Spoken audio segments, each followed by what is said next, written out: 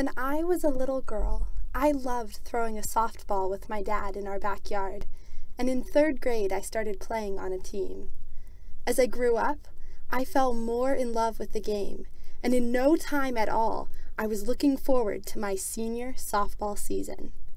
I knew I was in serious competition for a starting spot, so all through the fall and winter, I worked out and I practiced.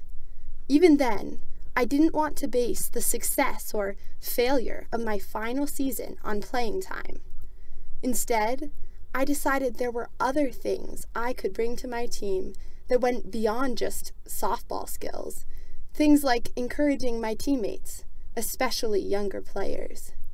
Whether I really got to contribute my softball skills or not, I was determined to bring the sunshine by sharing my joy with my team.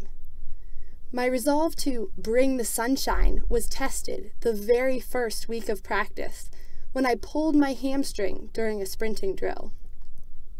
I sat on the side with a bag of ice, fighting back tears as I saw my hard work slipping away.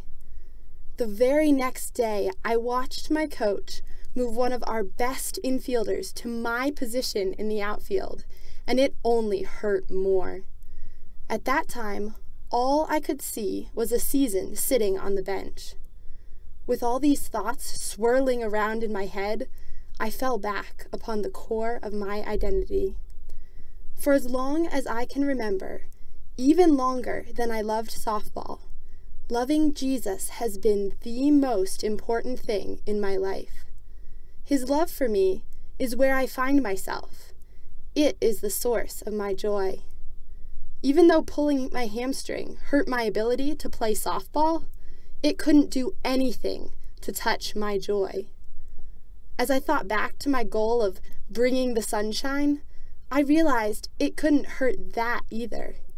If anything, the injury actually helped me encourage my teammates, because if they were struggling, I could understand, and then my words of encouragement meant something.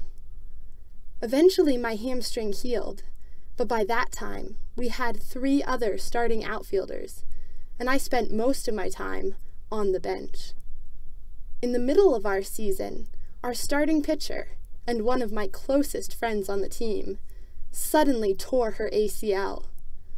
As she faced a daunting road to recovery, and a seat on the bench next to me, I could not understand the magnitude of her struggle, but I had a taste of it, and it helped me encourage her throughout her long recovery. Even now that my softball days are over, I'm finding new ways to bring the sunshine. Some of my favorites are wearing bright colors and enthusiastically greeting people wherever I go.